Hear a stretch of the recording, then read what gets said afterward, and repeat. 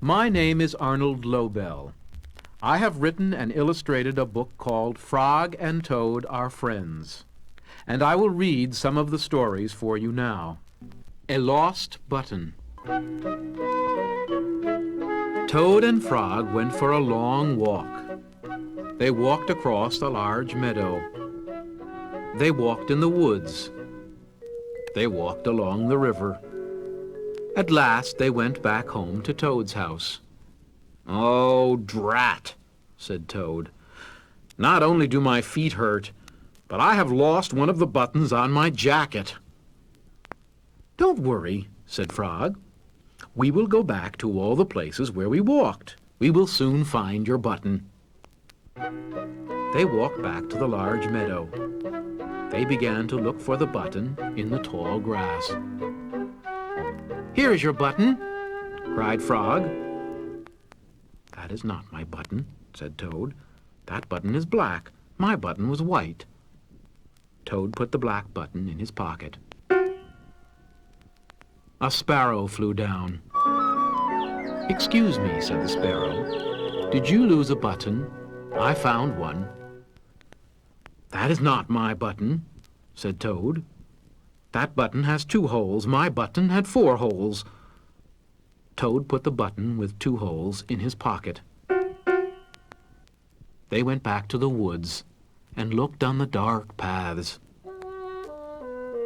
"Here is your button," said Frog. "That is not my button," cried Toad.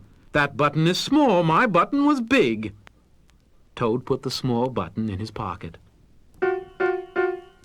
A raccoon came out from behind a tree. "I heard that you were looking for a button," he said. "Here is one that I just found."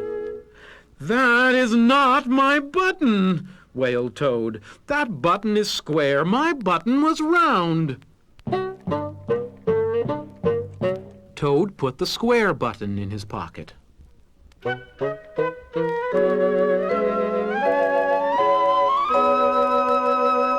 Frog and Toad went back to the river. They looked for the button in the mud. "Here is your button," said Frog. "That is not my button," shouted Toad. "That button is thin. My button was thick." Toad put the thin button in his pocket. He was very angry. He jumped up and down and screamed, "The whole world is covered with buttons, and not one of them is mine." Toad ran home and slammed the door.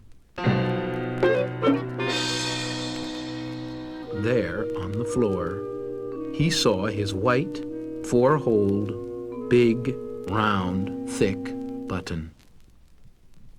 "Oh," said Toad, "it was here all the time. What a lot of trouble I have made for Frog." Toad took all of the buttons out of his pocket.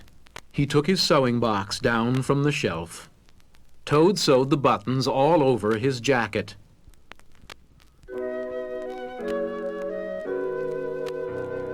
The next day, Toad gave his jacket to Frog. Frog thought that it was beautiful. He put it on and jumped for joy. None of the buttons fell off. Toad had sewed them on very well.